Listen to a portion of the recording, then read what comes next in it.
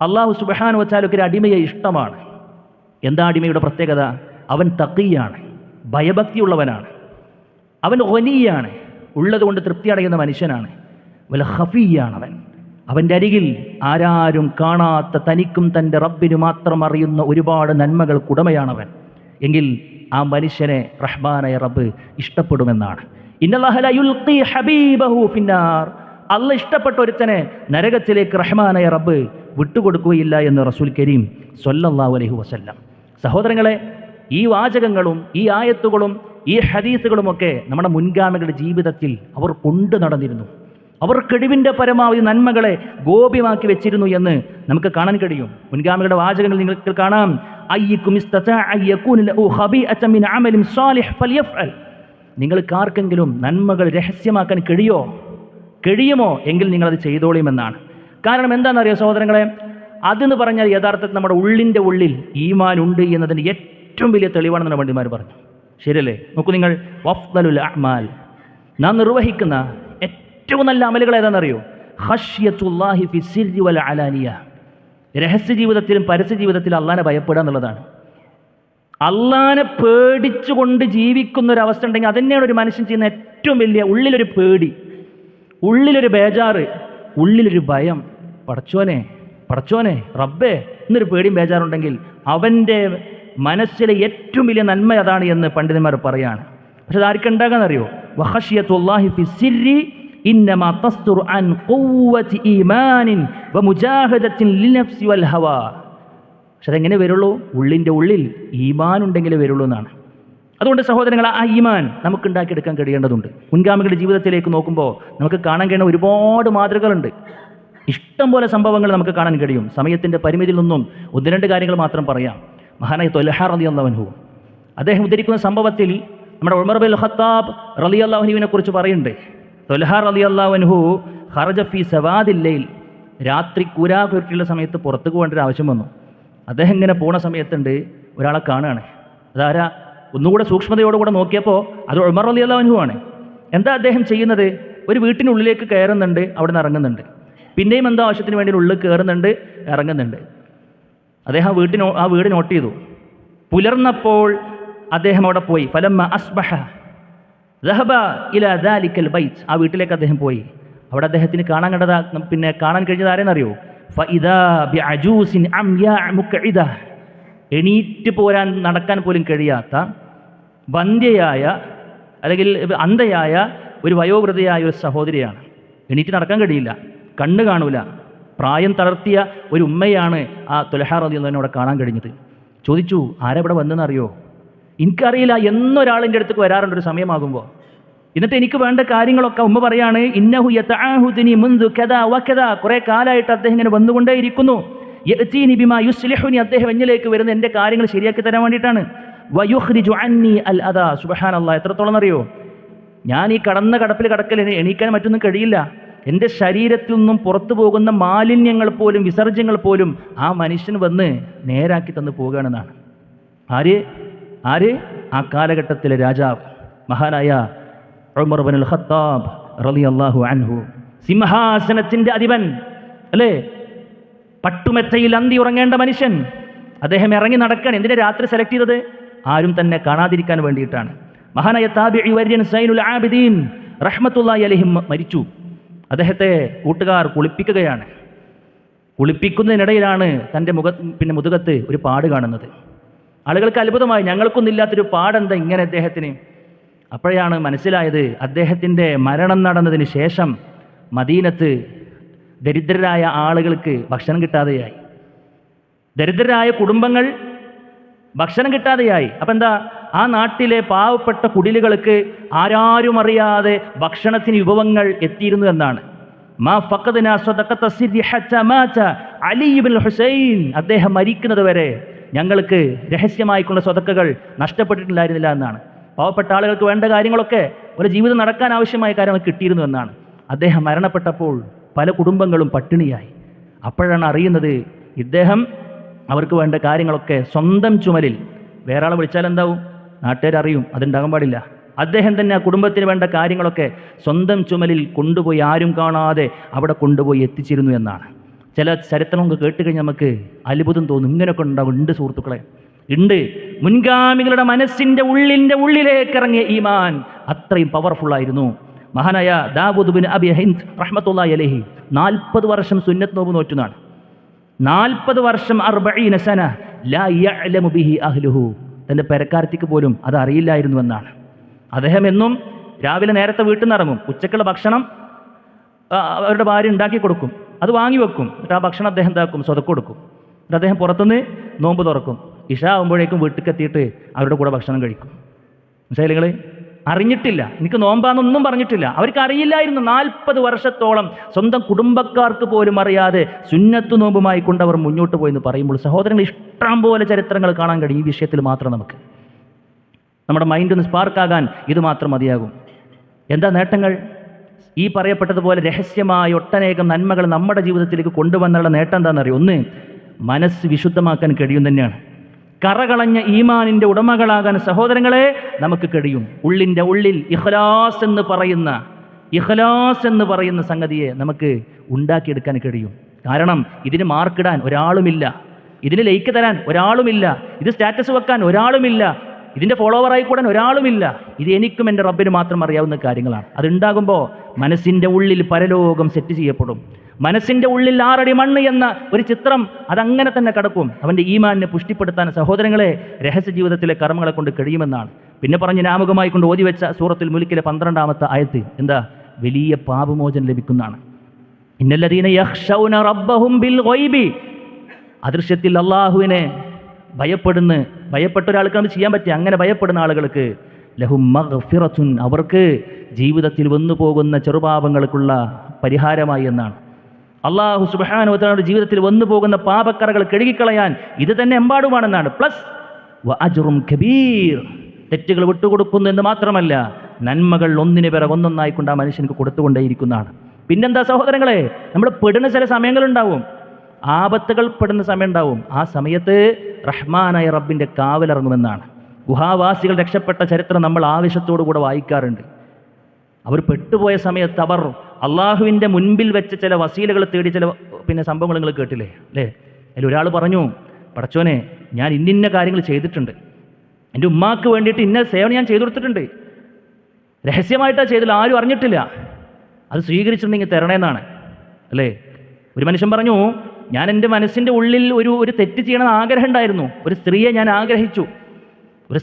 ആഗ്രഹിച്ചു, എൻ്റെ കയ്യത്തും തുമ്പത്തും അവളെ കിട്ടി, എല്ലാനുള്ള അവസരം കിട്ടി. പക്ഷേ നിന്നെ ഞാൻ നിന്നെ ഭയപ്പെട്ടത് കൊണ്ട് എനിക്ക് ചെയ്യാൻ കഴിയുന്ന സാഹചര്യം ഉണ്ടായിട്ടും ആ തിന്മയെ ഞാൻ മാറ്റിവെച്ചു. പടച്ചോനെന്ന് പറഞ്ഞപ്പോൾ റബ്ബ് വിളി കേട്ടു എന്നാണ്.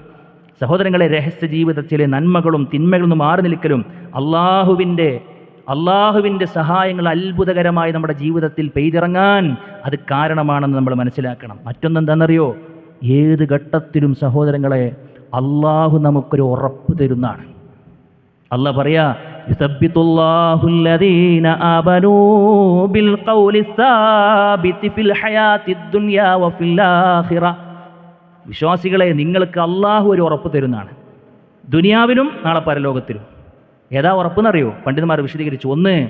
ഒന്ന് ഈ ഹിദായത്തിൽ തന്നെ നിലയുറപ്പിച്ച് മരിക്കാനുള്ള തൗഫീക്കാണ്. അവൻ്റെ വിശ്വാസത്തെ നഷ്ടപ്പെടുത്തുന്ന എന്തെല്ലാം ഫിത്തനകളുണ്ടെങ്കിലും ഇതവനെ ഉറപ്പിച്ച് നിർത്തും, ഹിദായത്തിനെ ഉറപ്പിച്ച് നിർത്തും. രണ്ടാമതായിക്കൊണ്ട് പണ്ഡിതന്മാർ പറഞ്ഞു, ശൈത്വാൻ്റെ വസ്വാസുകൾ ഉണ്ടാകുമ്പോൾ അവനെ പടച്ചറബൻ ഉറപ്പ് കൊടുക്കും. പിന്നെ പറഞ്ഞു, ഖബറിലെ ചോദ്യങ്ങൾ തുരുതുരാന്ന് വരുമ്പോൾ അവിടെ പേടിച്ചരണ്ട് നിൽക്കാതെ ഒരു ഈമാനിക കരുത്ത് പടച്ചറബ് കൊടുക്കുന്നതാണ്. ആർക്ക്? റഹ്മാനായ റബ്ബിനോടുള്ള ഇவ்விധമുള്ള നല്ലൊരു ബന്ധം ഉണ്ടാക്കിയെടുക്കുന്ന ആളുകൾക്ക്. സഹോദരങ്ങളെ, ഇതാണ് നമ്മുടെ ജീവിത രീതി. പക്ഷെ നഊദു ബില്ലാ, പിശാചിട്ട ട്രാപ്പിൽ ചില ആളുകളെങ്കിലും പോയി പതിച്ചു. ഇന്നത്തെ ഒരു കാലഘട്ടത്തിൽ നമ്മൾ പ്രത്യേകം ആളുകളുടെ ഒരു മനസ്സ് സഹോദരങ്ങൾ നമ്മൾ വായിക്കണം. എങ്ങനെയെങ്കിലും നമ്മൾ ചെയ്യുന്ന നന്മകൾ 4 ആൾ കാണട്ടെ എന്ന് അറിഞ്ഞോ അറിയാതെയോ ചിന്തിച്ചു പോകുന്നൊരു സാഹചര്യത്തിലാണ് പലപ്പോഴും എന്നുള്ളത് അല്ലേ? തഹജ്ജുദിന് എണീറ്റത്, മറ്റുള്ളവർക്ക് നൽകിയത്, സഹായിച്ചതുമൊക്കെ 4 ആളുകൾ അറിയണമെന്ന് കൊതിക്കുന്നൊരു മനസ്സിന് ഉടമകളായിട്ട് നമ്മൾ മാറിയിട്ടുണ്ട്. നമ്മൾ നല്ലോണം ആലോചിക്കണം. എത്രത്തോളം ഒരു ഉംറക്ക് പോകുകയാണെന്നുണ്ടെങ്കിൽ ഒരു തവാഫ് ചെയ്യുമ്പോൾ ഇങ്ങനെ വീഡിയോ എടുക്കുക. എത്ര മനസ്സാന്നിധ്യത്തോടുകൂടെ ഖുശൂഅോടുകൂടെ എന്തെല്ലാം ജീവിതത്തിലെ പ്രാർത്ഥനകൾ നിർവഹിച്ച് സ്വായത്തമാക്കേണ്ട ആനർഘമായ നിമിഷങ്ങളിലൂടെ പോകുമ്പോൾ പോലും ആളുകൾ അത് ഷോർട്സിനും റീൽസിനും വേണ്ടി വീഡിയോ പകർത്തുന്ന ഖേദകരമായ അവസ്ഥ. താൻ ചെയ്യുന്ന ഇബാദത്തുകൾ പോലും മറ്റുള്ളവരെ മാലോകരെ കാണിക്കുന്ന ഗതികേടിലേക്ക് സഹോദര നമ്മൾ എത്തിയിട്ടുണ്ടെങ്കിൽ അറിയുക, ഒന്നാമതായും രണ്ടാമതായും മൂന്നാമതായും അതിൻ്റെ പിന്നിൽ പിശാച് മാത്രമാണ്.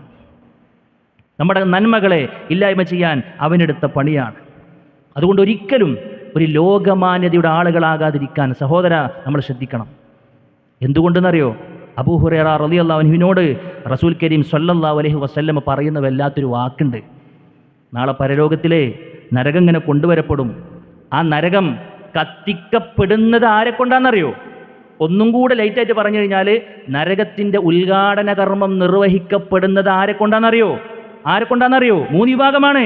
അതിലൊന്നൊരു പണ്ഡിതനാ, 2 യോദ്ധാവാ, 3 അള്ളാഹുവിൻ്റെ മാർഗത്തിൽ അങ്ങേയറ്റം ധനം നൽകിയ മനുഷ്യനാ. അബൂ ഹുറൈറ റളിയല്ലാഹു അൻഹു ഈ ഹദീസ് ഉദ്ധരിക്കുന്ന സമയത്ത് 3 തവണ ബോധം കെട്ടുപോയി എന്ന് പോലും ചരിത്രത്തിൽ കാണാൻ മാത്രം ഭീകരമുള്ള സത്യമാ സഹോദര. അത് അള്ളാഹുവിൻ്റെ റസൂൽ പറഞ്ഞു, യാ അബാ ഹുറൈറ, തുടമെങ്ങനെ കൈ വെച്ചിട്ടാ പറഞ്ഞു. അബൂ ഹുറൈറ എനിക്കറിയോ, യാ അബാ ഹുറൈറ ഉലൈക സലാസതു അവ്വലു ഖൽഖില്ലാ തുസഉറു ബിഹിമുൻ നാറു യൗമൽ ഖിയാമ. നാളെ പരലോകത്ത് ഈ 3 വിഭാഗത്തെ കൊണ്ടാണ് നരകം കത്തിച്ചു തുടങ്ങുക എന്നുള്ളതാണ്. അതുകൊണ്ട് സഹോദരങ്ങളെ നല്ലോണം ആലോചിക്കുക. നമ്മുടെ മനസ്സിൻ്റെ ഉള്ളിലേക്ക് റിയാ, ലോകമാന്യത വരാതിരിക്കാൻ നമ്മൾ പ്രത്യേകം ശ്രദ്ധിക്കണം.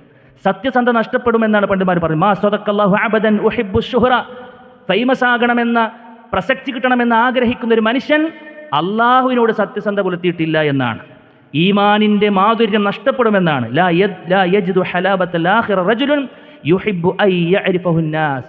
ജനങ്ങളിങ്ങനെ അവനെ അറിയണം, ജനങ്ങൾക്കിടയിൽ കീർത്തി നേടണം, ജനങ്ങൾക്കിടയിൽ പബ്ലിസിറ്റി കിട്ടണം എന്ന് മാത്രം ആഗ്രഹിക്കുന്ന ഒരാൾക്ക് പരലോകത്തിൻ്റെ മാധുര്യം നുകരാനുള്ള അവസ്ഥ കിട്ടുകയില്ല എന്ന് പറയുമ്പോൾ സഹോദരങ്ങളെ, നാം നമ്മുടെ മനസ്സിൽ ജീവിതത്തിൽ നട്ടു വളർത്തേണ്ടത് സത്യസന്ധമായ ഇബാദത്തുകളായിരിക്കണം. അതിനേറ്റവും നന്നായി നാം ശ്രമിക്കേണ്ടത് നമ്മുടെ രഹസ്യ ജീവിതത്തിൽ നമുക്ക് റബ്ബിനും അറിയുന്ന ഒട്ടനേക നന്മകൾക്കുള്ള ഉടമകളാകാൻ നമുക്ക് കഴിയണം. എന്താ ശ്രദ്ധിക്കേണ്ടത്? ഒന്നുമില്ല. ഒന്ന്, നമ്മൾ പ്ലാൻ ചെയ്യുക, നമ്മുടെ ജീവിതത്തിലേക്ക് ഇതൊക്കെ ഒന്ന് കൊണ്ടുവരാൻ വേണ്ടി നോക്കുക. രഹസ്യമായ സ്വതക്കകൾ, അല്ലേ? ആരും കാണാത്ത സ്വതക്കകൾ ഉണ്ടാകണം. എല്ലാ മാസവും ശമ്പളം വരുമ്പോൾ നമ്മൾ ആദ്യം ചിലവാക്കേണ്ടത് ചില നല്ല ഏരിയകൾക്കായിരിക്കണം. പള്ളിക്ക്, അതേപോലെ തന്നെ മതസ്ഥാപനങ്ങൾക്ക്, നന്മയുടെ ഇടങ്ങളിലേക്ക്, ചാരിറ്റിയിലേക്കൊക്കെ ഒരു വിഹിതം കൊടുക്കുക. ഒരാളും അറിയണമെന്നില്ല. നമ്മുടെ എല്ലാ ഐഡൻറ്റിറ്റി വ്യക്തമാക്കുന്ന പേര് തന്നെ റെസിപ്റ്റിൽ സ്ഥാനം പിടിക്കണം എന്നൊരു നിർദ്ദേശം അല്ലെങ്കിൽ അങ്ങനത്തെ ഒരു സംഗതി നമുക്ക് വേണ്ട. ഒരു സുതാര്യതയ്ക്ക് വേണ്ടിയിട്ട് എന്തെങ്കിലും ഒരു അനുഭാവി എന്തെങ്കിലും കൊടുത്താളേ, അല്ലേ? വേറൊരാൾ നോക്കും പോലും അത് അറിയാതിരിക്കാൻ നമ്മൾ പ്രത്യേകം ശ്രദ്ധിക്കേണ്ടത്. മനസ്സിലേ? നമ്മുടെ മുൻഗാമികൾ വിശുദ്ധ ഖുർആൻ ഇങ്ങനെ ഓതിക്കൊണ്ടിരിക്കുന്ന സമയത്ത് ഒരാൾ കയറി വരുമ്പോൾ ഖുർആൻ ഇങ്ങനെ ഉണ്ട്, ആ വസ്ത്രത്തിൻ്റെ ഇടയിലേക്ക് മറച്ചു എന്നാണ്. എന്തിനാ? ഞാൻ വലിയൊരു ഖുർആൻ ഓത്താണെന്നുള്ളത് മൂപ്പര് കാണാൻ നിലക്കാണ്. ആയത്ത് കേട്ടിട്ട് കണ്ണിന്ന് വെള്ളം വരിക. അപ്പോൾ പെട്ടെന്ന് ഒരാൾ വന്നപ്പോൾ ഇങ്ങനെ തുടക്കുക. എന്താ? കരഞ്ഞിട്ടാണ്, അള്ളാൻ ഓർത്ത് കരയാണ്. പക്ഷേ എന്താ ഭയങ്കര ജലദോഷമാണല്ലോ എന്നാണ് മൂപ്പര് പറയണേ, അല്ലേ? അതൊക്കെയായിരുന്നു അവരുടെ ശ്രദ്ധ. അവരുടെ ശ്രദ്ധ. അതുകൊണ്ട് സഹോദരങ്ങളെ, സ്വതക്കയിൽ നിന്നും ഒരു ഭാഗം നമ്മൾ മാറ്റി വെക്കും. ഇന്ന് അൽഹംദുലില്ലാ ഗൂഗിൾ പേ സംവിധാനം, അല്ലേ? ഒരു സൗണ്ട് മാത്രമേ കേൾക്കുള്ളൂ. ആർക്കാ എത്രയാ കൊടുത്തൊന്നും അറിയില്ല. സ്വതക്കകൾ ഗോപ്യമാക്കാനുള്ള അവസരമാണ് നമുക്ക് കിട്ടിയിട്ടുള്ളത്. അത് നന്നായിക്കൊണ്ട് ഉപയോഗപ്പെടുത്തണം. അർശിൻ്റെ തണൽ കിട്ടുമെന്ന് റസൂൽ കരീം സ്വല്ലല്ലാഹു അലൈഹി വസല്ലം വറജുലുൻ തസദ്ദഖ ബിസ്സദഖ ഫഅഖ്ഫാഹാ ഹത്താ ലാ തഅലമ ശിമാലുഹു മാ തുൻഫിഖു യമീനുഹു. തൻ്റെ വലത് കൈ കൊടുത്തത് ഇടത് കൈ പോലും അറിയാതെ അത്രയും രഹസ്യമായിക്കൊണ്ട് സ്വതക്കകൾ കൊടുത്തവനെ കാത്തിരിക്കുന്നത് സഹോദര അർശിൻ്റെ തണലാണെന്ന് റസൂൽ കരീം സ്വല്ലല്ലാഹു അലൈഹി വസല്ലം. എങ്കിൽ അതിലേക്കൊക്കെ നമുക്ക് എത്താൻ പറ്റും. ഇത്രയൊന്നുമില്ല, ഉള്ളതെന്താണോ മനസ്സ് തട്ടി ബിസ്മിൻ ചൊല്ലി കൊടുക്കാൻ നമുക്ക് കഴിയണം. ജനങ്ങളെ സഹായിക്കാൻ നമുക്ക് കഴിയണം. സാമ്പത്തികമായി മാത്രമല്ല, ശാരീരികമായി കൊണ്ട് സഹായിക്കണം. ഇപ്പോൾ ഉമർ അള്ളാഹുവിനെ സഹായിച്ചത് ശാരീരികമായിട്ടുള്ള ഹെൽപ്പാണ്, അല്ലേ? ആർക്കും ചെയ്യാൻ പറ്റുന്ന കാര്യമാണ്. ഒരു മനസ്സുണ്ടായി ചെയ്യാൻ പറ്റുന്ന കാര്യമാണ്. മാനസിക പിന്തുണ കൊടുക്കുക എന്നുള്ളതാണ്. മറ്റൊന്ന് ആരാധനകൾ ഉണ്ടാകുക എന്നുള്ളത് തന്നെയാണ്. രാത്രി നിസ്കാരം നിർവഹിക്കാൻ നമുക്ക് കഴിയുമോ? നമ്മുടെ ഈമാനുണ്ടെന്ന് ഏറ്റവും വലിയ സത്യമാണത്. രാത്രി നിസ്കാരം, സുന്നത്ത് നോമ്പ്, വിശുദ്ധ ഖുർആനിൻ്റെ പാരായണം, അദ്കാറുകൾ, നാവിൻ്റെ തുമ്പത്ത് സുബ്ഹാനല്ലാഹ് അൽഹംദുലില്ലാഹ് പോലെയുള്ള വാചകങ്ങൾ നമ്മൾ ഉരുവിടുക. ഇതൊക്കെ ആർക്കാ കഴിയുള്ളൂ സഹോദരങ്ങളെ? രഹസ്യ ജീവിതത്തിൽ റബ്ബിനെ ഭയപ്പെടുന്ന ഇബാദത്തുകൾ നിർവഹിക്കുന്ന ഒരാൾക്കേ കഴിയുള്ളൂ. പള്ളിയിൽ കുറച്ചു നേരം ആരും കാണാതെ വന്ന് ഒറ്റയ്ക്കിരിക്കുക. റബ്ബിൻ്റെ വീടാ പള്ളി. അള്ളാഹിൻ്റെ വീട്ടിൽ നമ്മൾ വന്നിരിക്കണത്. അല്ലാഹുമ്മ ഇഫ്തഹ് ലീ അബ്വാബ റഹ്മതിക്. ഒരിടത്ത് പോകുമ്പോൾ നമ്മൾ പറയുന്നില്ല, പടച്ചോനെ നിന്റെ കരുണയുടെ കവാടം ഈ സാധുവിന് നീ തുറന്ന് തരണേ റബ്ബ് എന്ന് പറഞ്ഞിട്ടാ ആഗമനത്തിൽ തന്നെ നമ്മൾ പറയുന്നത്. വന്നിരിക്കുന്നു നമ്മൾ റബ്ബിനോട് കാര്യങ്ങൾ അവതരിപ്പിച്ചു കൊണ്ടിരിക്കുന്നു. ദീർഘമായ റുക്കൂകളിലൂടെ, സുജൂദുകളിലൂടെ, മനമുരുകിയ കൈപൊക്കിയുള്ള പ്രാർത്ഥനകളിലൂടെ റബ്ബിലേക്ക് ചേർന്നിരിക്കാൻ നമുക്ക് കഴിയണം. ആ സത്യസന്ധത ഒരു കണ്ണീരായി പുറത്തേക്ക് ഗമിച്ചാൽ അൽഹംദുലില്ലാ, അള്ളാഹുവിനെ ഓർത്തൊന്ന് കരയാനുള്ള തൗഫീക്ക് പടച്ചോ നമുക്ക് നൽകിയാൽ സഹോദര, ആ കണ്ണീരിന് പടച്ചിട്ട് റബ്ബിട്ട വില എന്താണെന്നറിയോ? നരകമോചനമാണെന്ന് റസൂലുള്ളാഹി. ലാ യലിജുൻ നാറു റജുലുൻ ബക്കാ മിൻ ഖശിയത്തില്ലാഹ് ഹത്താ യഊദ അൽ-ലബ്നു ഫിൽ ളിർഹ്. കറന്നെടുത്ത പാല് തിരിച്ചകിട്ടിലേക്ക് കയറാത്തതുപോലെ ആ മനുഷ്യൻ നരകത്തിലേക്ക് പ്രവേശിക്കുകയില്ല എന്നാണ്. അള്ളാഹ്ക്ക് ഏറ്റവും ഇഷ്ടപ്പെട്ട 2 തുള്ളികളെ കുറിച്ച് പ്രവാചകൻ സ്വല്ലല്ലാഹു അലൈഹി വസല്ലം പറഞ്ഞപ്പോൾ അതിലൊന്ന് അള്ളാഹുവിൻ്റെ മാർഗത്തിൽ ജിഹാദ് ചെയ്യുന്ന രക്തത്തുള്ളിനെ കുറിച്ച് പറഞ്ഞു. ഒന്ന്, ആരും കാണാതെ ഖൽവത്തിൽ ഒറ്റയ്ക്കിരുന്ന് പടച്ചറബിനെ കുറിച്ച് ആലോചിച്ച് ചെയ്തു പോയ തെറ്റിനെക്കുറിച്ച് ബേജാറായി പടച്ചറബിനോട് മനമുരുകിയ ഒരു കരച്ചിൽ നിന്നും വന്നൊരു കണ്ണീരാണെങ്കിൽ അതൊക്കെ ആർക്കാ സഹോദര തൗഫീക്ക് കിട്ടുക? രഹസ്യ ജീവിതത്തിൽ ഇബാദത്തിൻ്റെ ഉടമകളാകണം എനിക്ക് എന്നൊരു പ്രതീക്ഷയും ഒരു പ്രാർത്ഥനയും ഒരു നെയ്യത്തൊക്കെ നമ്മുടെ മനസ്സിൽ സ്ഥാനം പിടിക്കുമ്പോഴേ കഴിയുകയുള്ളൂ. അവിടെയാണ് നമ്മുടെ വിജയം, അവിടെയാണ് നല്ല മരണം, അവിടെയാണ് ബർസഖിൽ വിജയം എന്ന് നമ്മൾ മനസ്സിലാക്കുക. അല്ലാഹു സുബ്ഹാനഹു വ തആല നമ്മുടെ സൽക്കർമ്മങ്ങളെല്ലാം സ്വീകരിക്കുമാറാകട്ടെ, തൗഫീക്ക് നൽകി അനുഗ്രഹിക്കുമാറാകട്ടെ. അഖൂലു ഖൗലി ഹാദാ അസ്തഗ്ഫിറുല്ലാഹ ലീ വലക്കും വലിജമീഇൽ മുസ്ലിമീന വസ്തഗ്ഫിറു മിൻ കുല്ലി ദം ഇന്നഹു ഹുവൽ ഗഫൂറുർ റഹീം.